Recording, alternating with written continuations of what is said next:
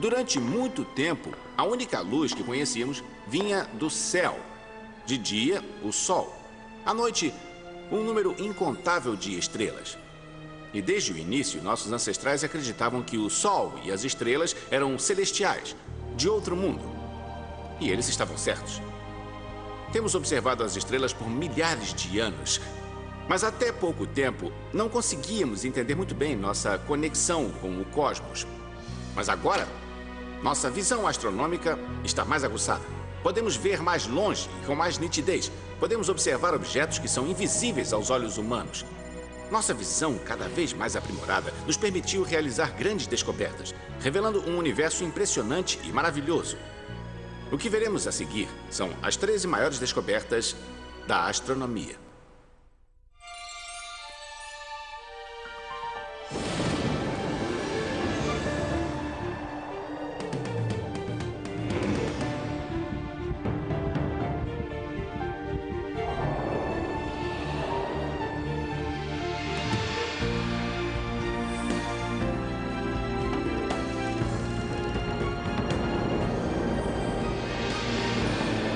As 100 maiores descobertas da história.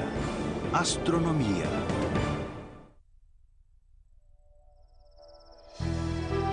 Os planetas se movem. Nossa primeira grande descoberta aconteceu ao longo de séculos, quando os primeiros seres humanos observavam cuidadosamente o céu em lugares como este, nos desertos vazios e sem nuvens do sudoeste americano, no Oriente Médio, na África e na América do Sul. Entre estes antigos astrônomos, os mais importantes foram os mesopotâmicos. Eles consideravam os objetos no céu como deuses e construíam torres gigantescas para poder testemunhar o nascer e o pôr do sol, a lua e as estrelas.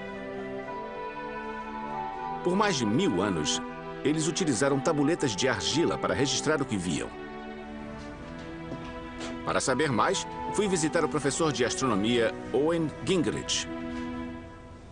Este é um exemplo de uma destas tabuletas de argila. Tente ler. Essas pessoas escreviam com letras bem pequenas. Eu fiquei muito surpreso quando uma pessoa entrou no meu escritório, pegou esta peça e começou a ler. E que língua é esta? Eu acho que é babilônio. Centenas destas tabuletas estavam desenterradas. Entre estas centenas de tabuletas estava uma chamada de Vênus de Amizāduqa. Amizāduqa. Bom, na verdade, ele foi um rei babilônio muito antigo, dos séculos 16 ou 17 a.C. E esta tabuleta registra o movimento do planeta Vênus. É o mais antigo registro que temos do movimento de um planeta. E o que os babilônios faziam com essa informação? Alguém sabe? Bom, era um país em que os rios Tigre e Eufrates podiam ter várias enchentes imprevisíveis. E o firmamento, em contraste, era tão maravilhosamente estável. Então, um tipo de astrologia se desenvolveu para tentar entender a ordem do cosmos, observando o céu e esperando talvez que essas configurações fornecessem algumas pistas sobre o que iria acontecer aos governantes terrestres lá embaixo.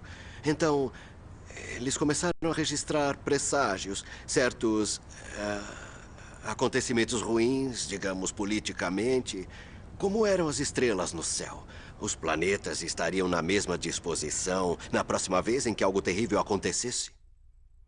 Depois que os mesopotâmicos realizaram seus primeiros registros, os gregos deram o próximo passo.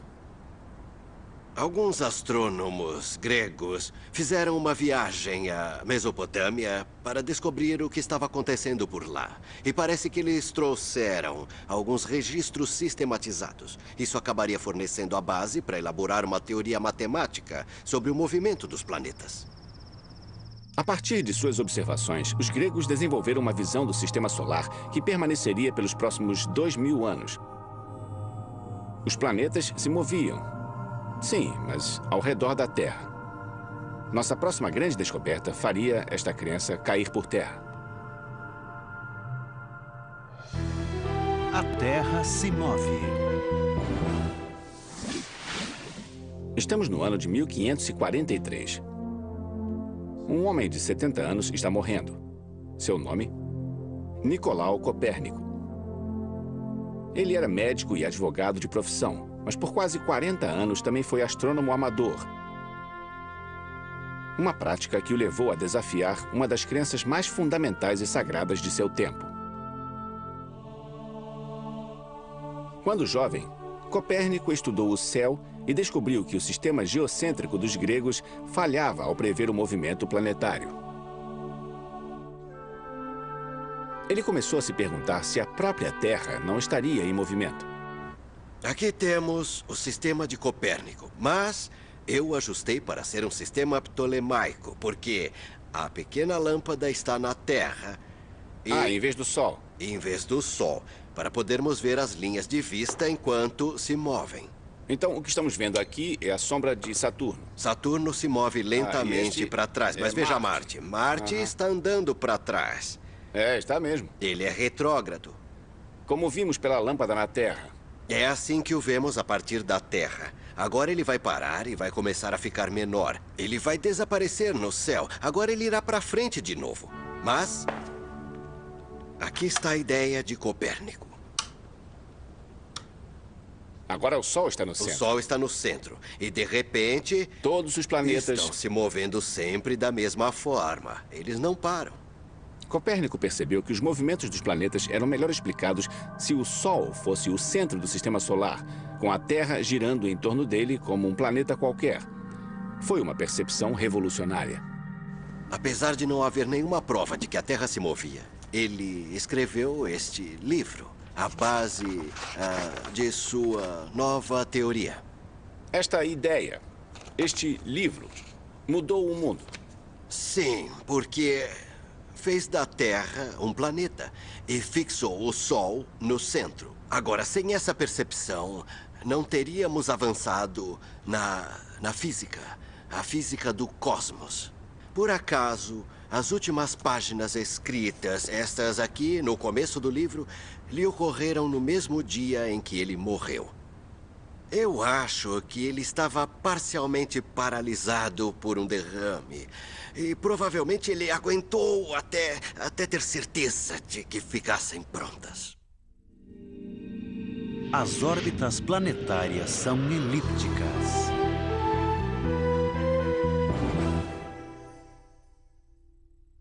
Todos, dos gregos a Copérnico, presumiam que as órbitas dos planetas tinham que ser circulares. Mas em 1571, o matemático alemão Johannes Kepler derrotou esta suposição com nossa próxima grande descoberta. Desprovido de instrumentos, Kepler improvisou formas de calcular a órbita circular de Marte. O trabalho era tedioso. Kepler escreveu que quase foi levado à loucura, calculando e refletindo sobre o assunto. Seus cálculos começaram a revelar que o conceito dos planetas se moverem em círculos simplesmente não funcionava. Então ele teve uma nova ideia.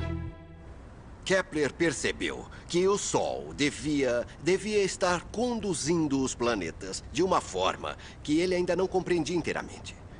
E para obter uma descrição coerente, ele descobriu que a trajetória seria uma elipse e não um círculo.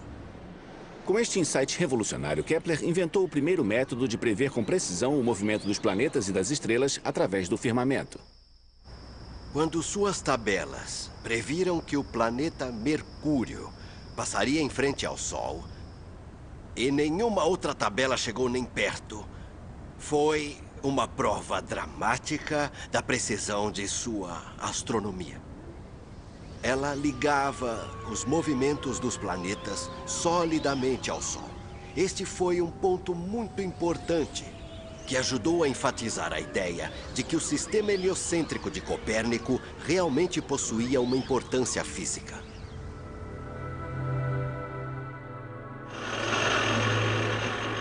Apesar do sucesso da teoria de Kepler, muitos não acreditavam que o Sol poderia ser o centro do sistema solar. Mas o golpe de misericórdia na antiga crença viria de um homem que, assim como Kepler, preferia usar provas obtidas pela observação para sustentar suas teorias. E este homem era Galileu Galilei.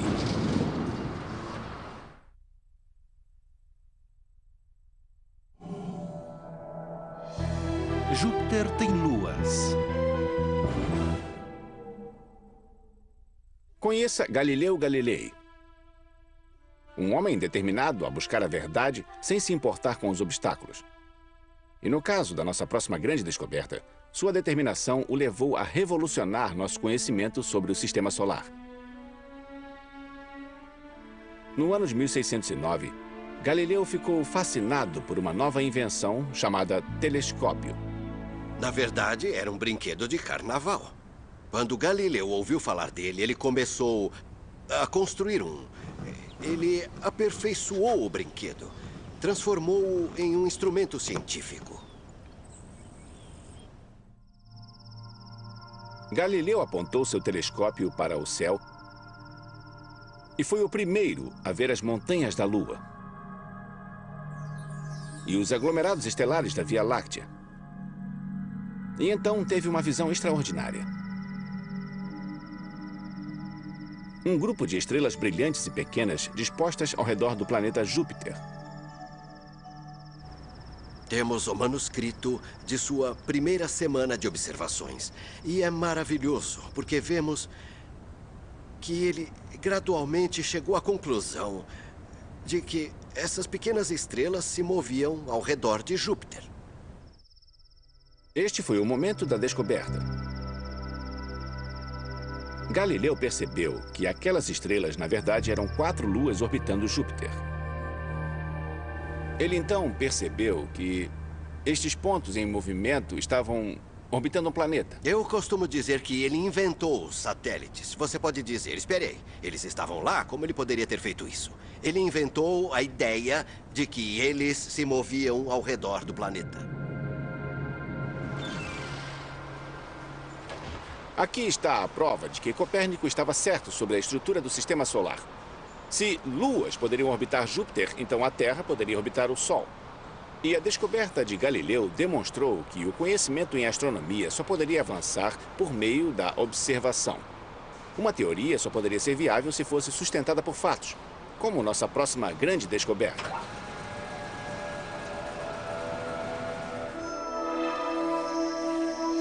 O cometa Halley.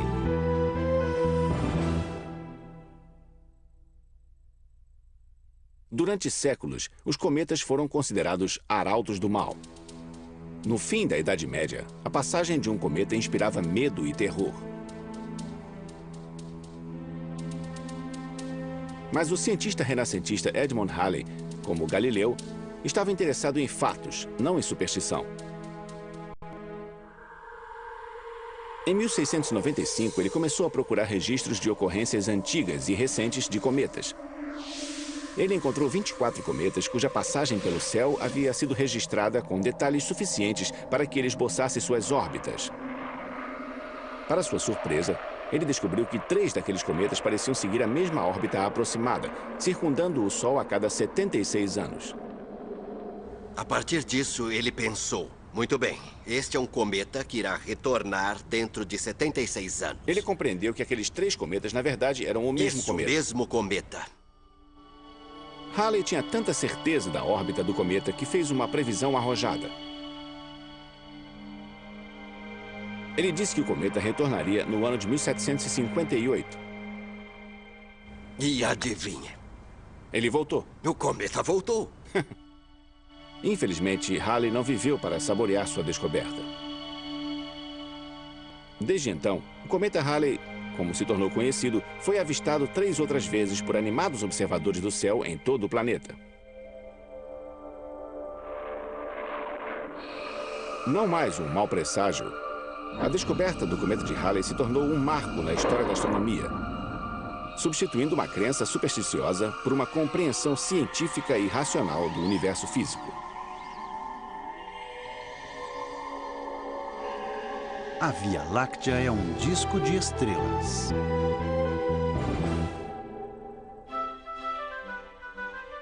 No século XVIII, William Herschel foi um músico clássico cujo amor pela astronomia fez com que desistisse da música e voltasse sua atenção para o firmamento, preparando o terreno para nossa próxima grande descoberta. Quando ele descobriu que o preço de um telescópio de refração era salgado demais para o seu bolso, ele decidiu construir um. Ele se tornaria o mais fabuloso e preciso construtor de telescópios de sua época. Ele utilizava seus telescópios para analisar metodicamente o céu, catalogando tudo o que via. Ao vasculhar o céu, ele se deparou com um objeto que parecia ligeiramente diferente, e era um novo planeta. Ah, é mesmo? E que planeta era esse? Era o próximo planeta depois de Saturno, o planeta Urano. Urano foi o primeiro planeta a ser identificado em mais de 3.500 anos. Mas encontrar um novo planeta não era nada, se comparado ao objetivo mais ambicioso de Herschel. Ele construiu um poderoso telescópio de 6 metros, depois dividiu o céu em segmentos iguais e começou a contar sistematicamente as estrelas em cada quadrante. Era uma tarefa minuciosa e monumental. Lentamente, a contagem de estrelas de Herschel começou a revelar algo extraordinário. A Via Láctea era muito maior do que se pensava. Era um gigantesco disco de estrelas. Alguns quadrantes estavam abarrotados de estrelas. Um deles, sozinho, continha mais de 250 mil estrelas. Outras áreas mais remotas eram praticamente vazias. A descoberta de Herschel foi uma revelação. Este é um modelo razoável da Via Láctea como a conhecemos agora. Mas Herschel só observou uma área deste tamanho, não é? O que Herschel observou era uma área minúscula, talvez deste tamanho. Então era uma parte bem pequena de toda a Via Láctea. Mas mesmo aquela pequena parte modificou o estudo da astronomia. A descoberta de Herschel revelou que nosso sistema solar era apenas uma ilha em um imenso universo em expansão.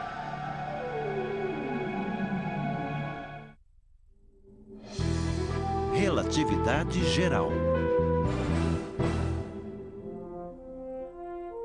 Graças às reflexões de um obscuro funcionário de um escritório de patentes na Suíça, nossa próxima grande descoberta revelou que o universo era um lugar estranho e misterioso.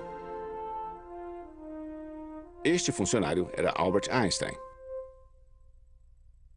No início do século XX, ele estava intrigado, assim como o resto da comunidade científica, pelo enigma da órbita do planeta Mercúrio. Apesar de as leis da gravidade de Newton descreverem com precisão o movimento dos planetas, estas leis falhavam na hora de prever corretamente a órbita de Mercúrio. O enigma estava relacionado ao periélio de Mercúrio, o ponto de sua órbita mais próximo do Sol. A cada século, o periélio de Mercúrio avançava ligeiramente, uma mudança que as equações de Newton não poderiam considerar.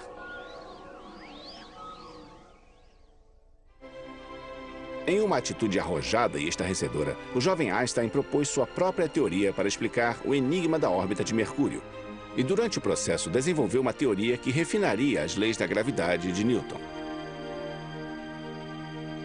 Michio Kaku é físico teórico da Universidade da cidade de Nova York.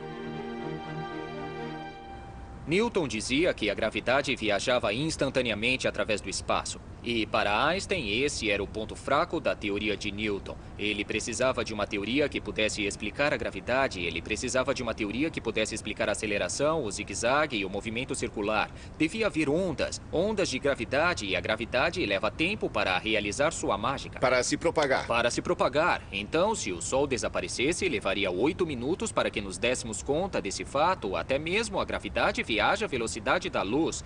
Einstein precisava de um novo conceito que explicasse isso, e esse conceito era a curvatura do espaço. O próprio espaço era curvo, e é por isso que os objetos se movem. Einstein acreditava que seu conceito do espaço curvo era responsável pela alteração da órbita de Mercúrio. Einstein chamou esta ideia de teoria da relatividade geral. Imagine uma cama elástica e coloque uma bola de boliche no meio da cama elástica. A bola afunda na cama elástica. Agora atire uma bola de gude ao redor da cama elástica. A bola de gude irá orbitar ao redor da bola de boliche. A distância, olhando para baixo, Newton diria que existe uma força instantânea invisível atraindo a bola de gude para a bola de boliche. Mas Einstein diria que não há força. Não há atração. Há somente a cama elástica. E por que a bola de gude estaria orbitando ao redor da bola de boliche? Porque a cama elástica está atraindo a bolinha. Então, por que estou sentado nessa cadeira? Não é porque a gravidade me prende ao chão, mas porque o espaço me empurra em direção ao planeta Terra. A ideia de que o próprio espaço se distorcia em decorrência da massa era estranha demais e muitos não a aceitaram. Então, um eclipse solar deu aos cientistas a oportunidade perfeita de colocar à prova a teoria de Einstein. Fotografias foram tiradas das estrelas antes do eclipse e depois dele. Estas fotos foram então comparadas com as imagens tiradas durante o eclipse. Elas mostram que a posição das estrelas na foto do eclipse voltava-se ligeiramente para dentro, curvando-se quando a luz das estrelas passava pelo campo gravitacional do Sol. A teoria da relatividade geral de Einstein estava certa. Sua nova grande descoberta abalou o mundo. A relatividade geral emociona qualquer pessoa que já tenha analisado essas equações. Essas equações eram bem maiores, mas respondiam a questões eternas que nos intrigaram desde a primeira vez em que olhamos para o céu noturno e nos fizemos a pergunta: o que tudo isso significa? O universo está se expandindo. A relatividade geral demonstrou que o espaço era mais misterioso do que qualquer um poderia imaginar. Qualquer um, menos Einstein, é claro. Para obter uma compreensão mais nítida deste extraordinário universo, os astrônomos precisavam de mais dados coletados por observação. E isso exigia telescópios maiores e mais potentes, como o que levou à nossa próxima grande descoberta.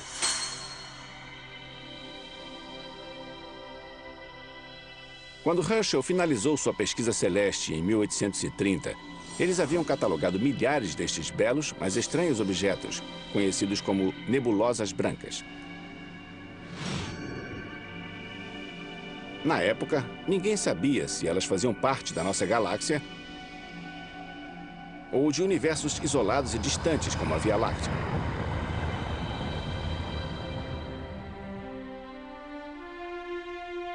Em 1924, o astrônomo Edwin Hubble estava estudando as estrelas em várias destas nebulosas, utilizando um telescópio refletor de 100 polegadas no Observatório Monte Wilson, na Califórnia.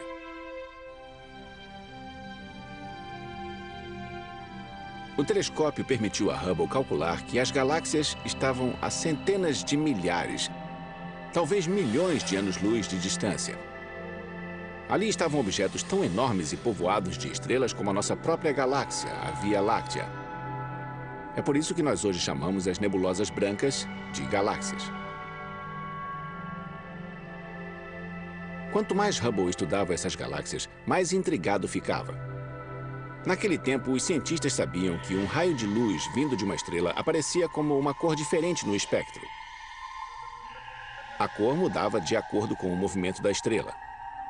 Um desvio para o azul significava que a estrela estava se movendo para mais perto da Terra.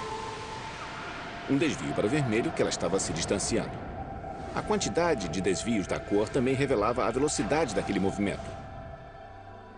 Hubble descobriu que, ao medir a distância de uma galáxia, seu espectro quase sempre se desviava para o vermelho. E não foi só isso. Quanto maior a distância, maior o desvio para o vermelho.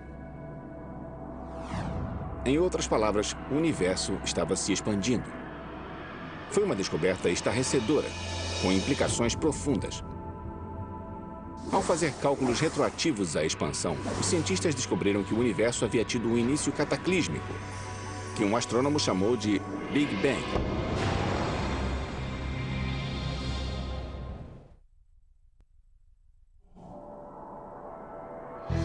A Via Láctea emite ondas de rádio.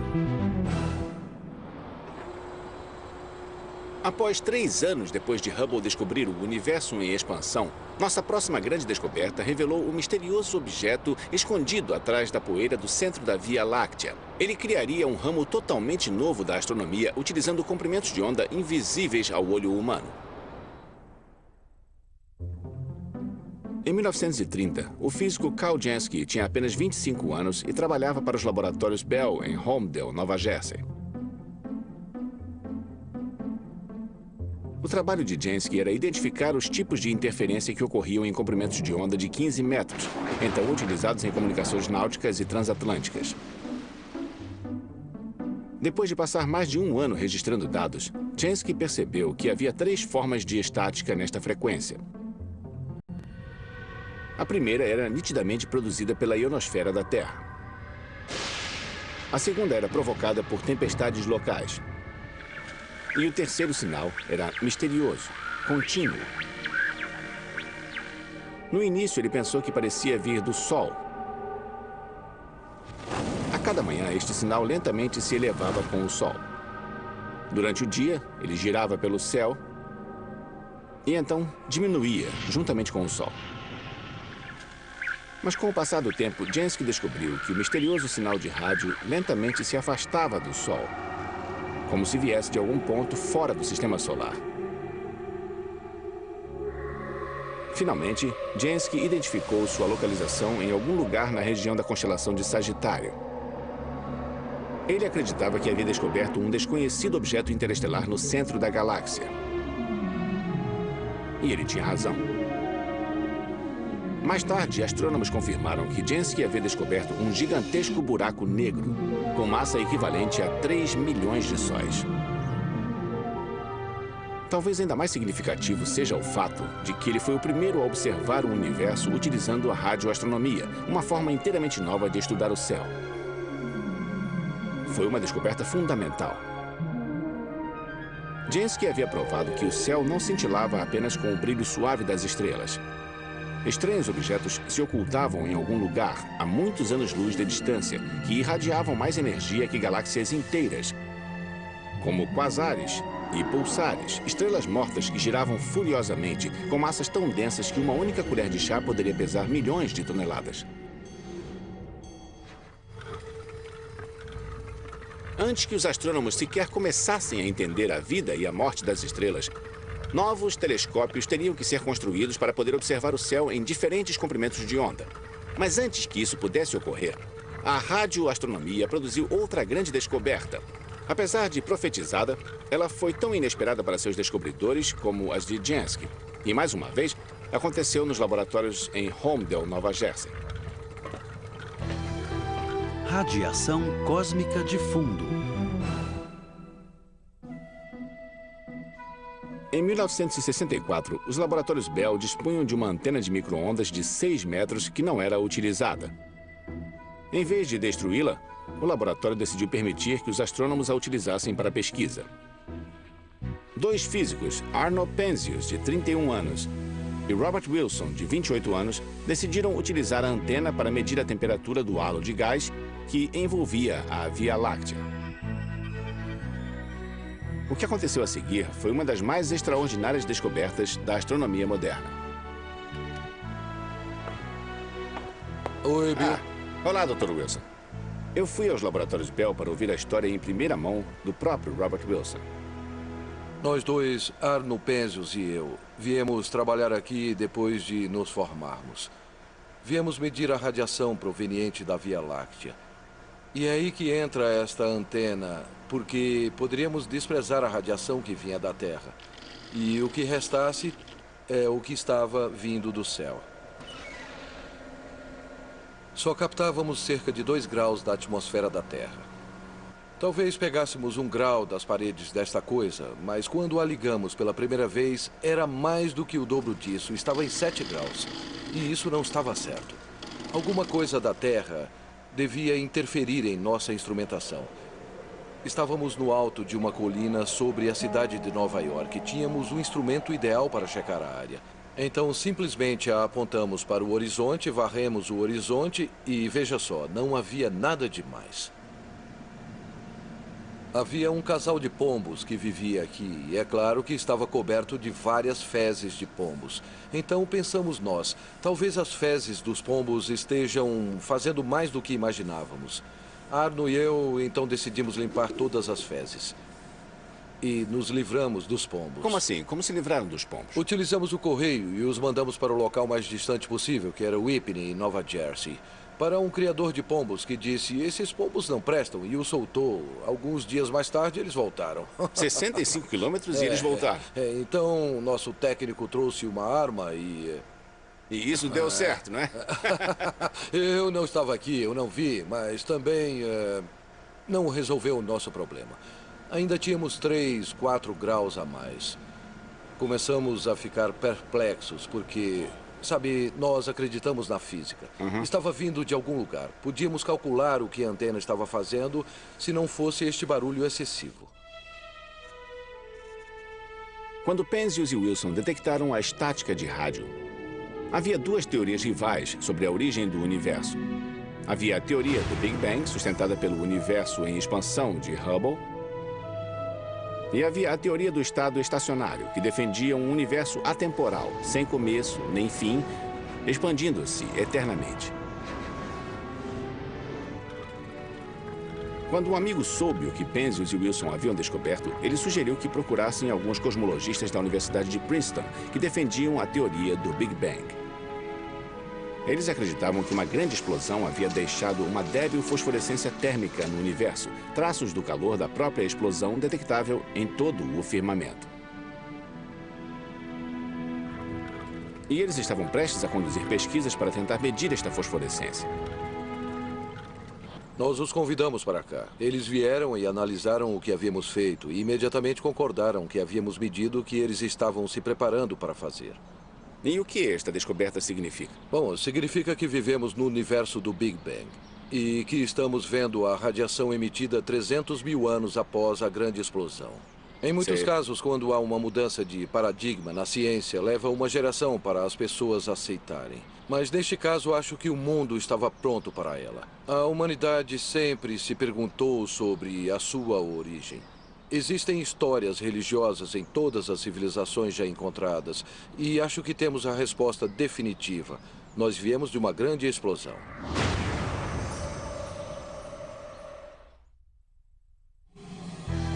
Explosão de raios gama.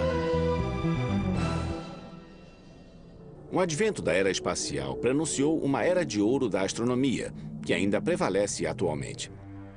Esta era de ouro, estranhamente, não teve início no espaço, mas em um momento decisivo nas relações da Guerra Fria, que também contribuíram para a nossa próxima grande descoberta. Em 1960, apesar de um tratado de proibição de testes nucleares, a União Soviética recusou o acesso de inspetores às suas instalações nucleares. Como resultado, os Estados Unidos decidiram monitorar os soviéticos, desenvolvendo um sistema de satélites em órbita capaz de detectar explosões de raios gama produzidas por explosões nucleares. Como os detectores dos satélites podiam ser orientados tanto para cima quanto para baixo, os cientistas decidiram usá-los para observar se as supernovas produziam raios gama quando explodiam.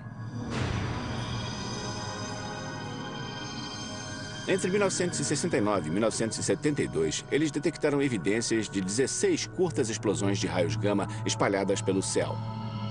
Só havia um problema. Nenhuma das explosões guardava uma correlação com quaisquer eventos conhecidos ligados às supernovas.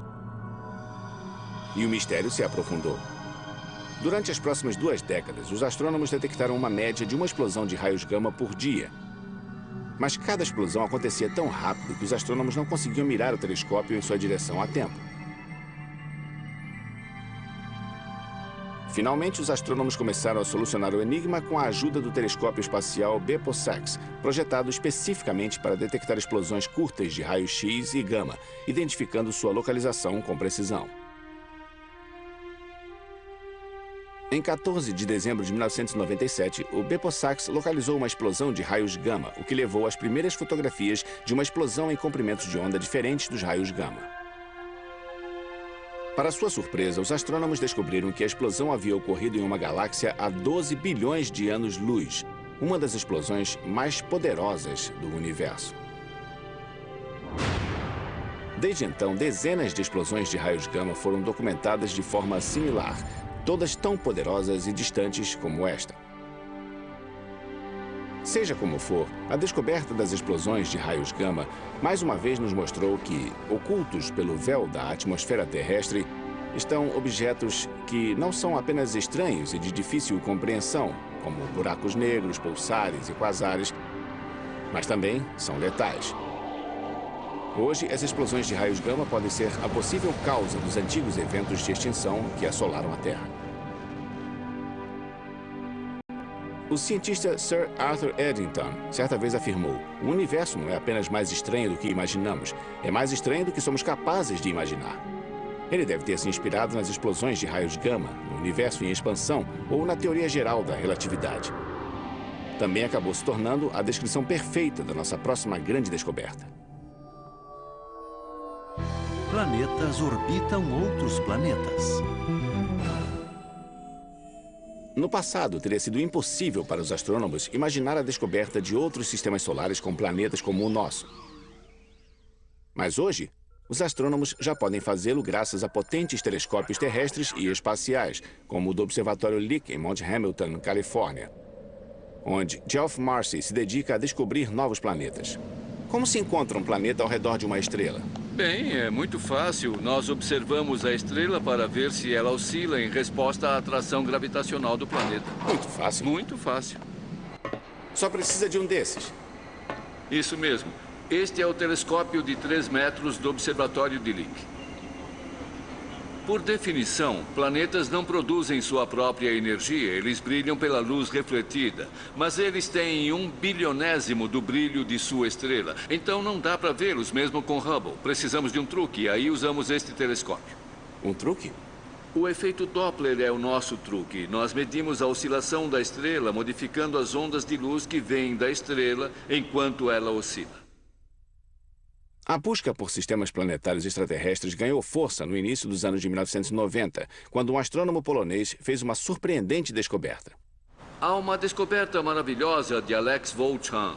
É um sistema de 3 planetas orbitando um pulsar, e a forma como ele descobriu isso é emocionante. Ele observou os pulsos vindos do pulsar, e a chegada desses pulsos se modificava quando o pulsar se aproximava ou se afastava de nós. São estrelas ocultas. Pulsares emitem raios X, ultravioleta e raios gama. Eles são os produtos finais bizarros da explosão de uma supernova. E apesar deste ambiente bizarro, lá estavam planetas do tamanho da Terra ao seu redor. Se havia planetas desse tamanho ao redor de pulsares, pode apostar que haveria planetas do tamanho da Terra ao redor de estrelas. Há planetas do tamanho da Terra ao redor de pulsares? Do tamanho da Terra e até da Lua, entre os 3 planetas. Ele detectou estes? Ele os detectou pela oscilação do pulsar. É a coisa mais sensacional É do mundo. inacreditável. Desde a descoberta de Volchan, Marcy e outros astrônomos descobriram mais de 130 planetas extrasolares. Nós pensávamos que nunca encontraríamos sequer um planeta e havíamos encontrado o único sistema planetário triplo e quádruplo com este telescópio. Nossa, então eles também são planetas grandes, não é? Estes planetas são do tamanho de Júpiter, Saturno e o menor é como Netuno. É, um pequeno Netuno. Foi realmente emocionante. Encontramos planetas do tamanho de Júpiter, mas mesmo estes eram pouco maiores que a Terra. Enquanto planetas do tamanho da Terra ainda não forem encontrados, a busca continua. Como você escolhe uma estrela para observar? Nós tentamos escolher estrelas mais ou menos parecidas com o nosso Sol, algumas com mais massa, outras com menos, mas já adultas ou mais velhas, porque já assentadas.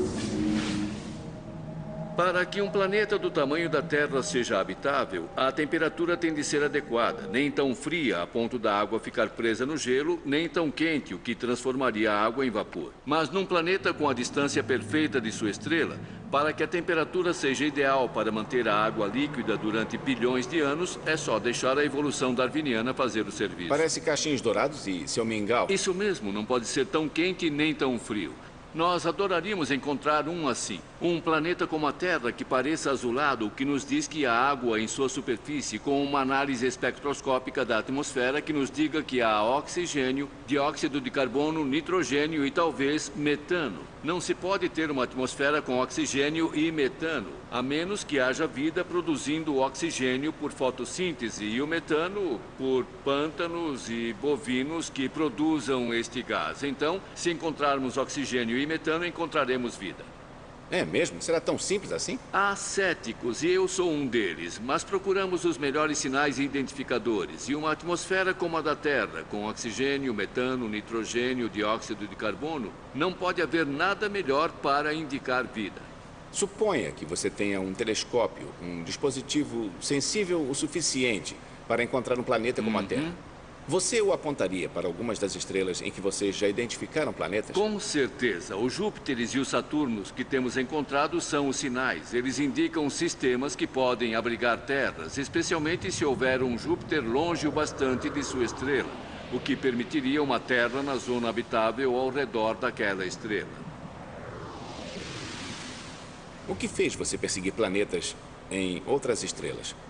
Bem, lembro que quando era criança eu pensava, será que existem outras terras lá fora? E se houver, elas seriam habitáveis? E se sim, haveria vida nesses planetas, especialmente vida inteligente? Nós humanos adoraríamos saber, estamos sozinhos no universo? Existem outros planetas como a Terra, planetas habitáveis? Existem outras criaturas lá fora que pensam e sonham e também estão nos procurando? No final, acredito que nós, humanos, estamos tentando encontrar nossas origens no espaço, quimicamente e biologicamente, entre as estrelas. O universo está acelerando. Quando o universo se expandiu depois do Big Bang, é razoável pensar que a atração gravitacional de toda a matéria deveria arrastar todo o material em expansão, levando à diminuição desta expansão. Mas quanto o universo estava desacelerando? Na década de 1990, o telescópio espacial Hubble possibilitou que equipes de cientistas respondessem a essa questão, estudando a intensidade luminosa de um tipo especial de explosão estelar chamado supernova tipo 1A. Eu visitei o Laboratório Nacional Lawrence Berkeley, em São Francisco, para falar com o astrofísico Saul Perlmutter, que encabeçava o projeto de cosmologia da supernova. Então, o que você descobriu? Nós começamos a fazer medições para tentar descobrir quanto o universo em expansão estava desacelerando. Quando vimos os primeiros dados, pensamos, bem, isso é engraçado, parece que o universo não está indo mais devagar. Mas tudo bem, também estamos certos que já fizemos todos esses testes, calibragens e confirmações. E achamos que quando tivéssemos todos os números checados e analisados, este efeito iria desaparecer. Talvez tivéssemos que consertar um sinal em algum lugar. É um sinal de menos que isso deveria mesmo, ser demais. uma coisa sei. bem trivial. E checamos os passos do processo. E aos poucos chegamos a um ponto em que pensamos, este efeito não está desaparecendo. Esta é a resposta correta. Parece mesmo que o universo está acelerando. E por que isso é tão importante? Esta aceleração do universo não tem cabimento. Entendemos bem que todas estas forças estão no universo e que todos estes objetos também estão. E foi uma das primeiras vezes em que nos deparamos com algo que não podíamos prever. E agora estamos tentando compreender o que tudo isso significa. Venha, eu vou lhe mostrar um pouco do que estamos fazendo. Por que ele está acelerando? Bom, esta é a questão. Todos estamos doidos para saber a resposta. E um jeito de pensar sobre isso é que se você tenta uma forma tão estranha de energia, capaz de atravessar o espaço, ela pode realmente acelerar o universo enquanto a gravidade tenta desacelerá-lo. E nós a chamamos de energia escura para refletir o fato de que não sabemos o que é. É um mistério. É completamente bizarra. Não temos ideia do que seja. Queremos realizar estudos para saber o que ela poderia ser. O que precisamos fazer agora é reunir dados que irão pulverizar as diferentes respostas. E onde vão obter esses dados? O grande objetivo que estamos atrás é um projeto que você pode ver aqui. Um projeto de satélite. O projeto que temos aqui foi chamado de SNAP, sigla em inglês para Sonda de Aceleração das Supernovas. Será um novo telescópio espacial com um campo de visão muito grande. Então, em vez de olhar o universo por um buraco de fechadura, vamos olhar para ele por uma bela janela. Agora, eu vou mostrar no que estamos trabalhando. Achamos que isso pode nos ajudar a descobrir por que o universo está acelerando e o que a energia escura realmente é. Aqui temos o SNAP, que esperamos poder lançar num futuro não muito distante. Ele será posicionado em um local além da Lua. Deste ponto vantajoso, é possível medir o histórico da expansão com tantos detalhes que poderemos realmente ver as pequenas mudanças que ocorrem da desaceleração para a aceleração. Veja bem, quando o universo era bem denso e coeso, a gravidade era mais importante, desacelerava a expansão. Ao continuar expandindo, mesmo cada vez mais devagar, isso mudou. A gravidade se tornou menos importante que a energia escura, que então assumiu e começou a acelerar a expansão. Então, queremos descobrir exatamente como esta mudança ocorreu, e isso irá nos dizer quais possíveis teorias diferentes estariam certas para explicar a energia escura. Sempre expandindo. Mas isso aí. lentamente estão acelerando. Exatamente. E é onde estamos então, agora. Então, a questão é... Ele desacelera e algo estimula. Ou ele desacelera, sofre uma oscilação e então decola. Entende como essa transição funciona?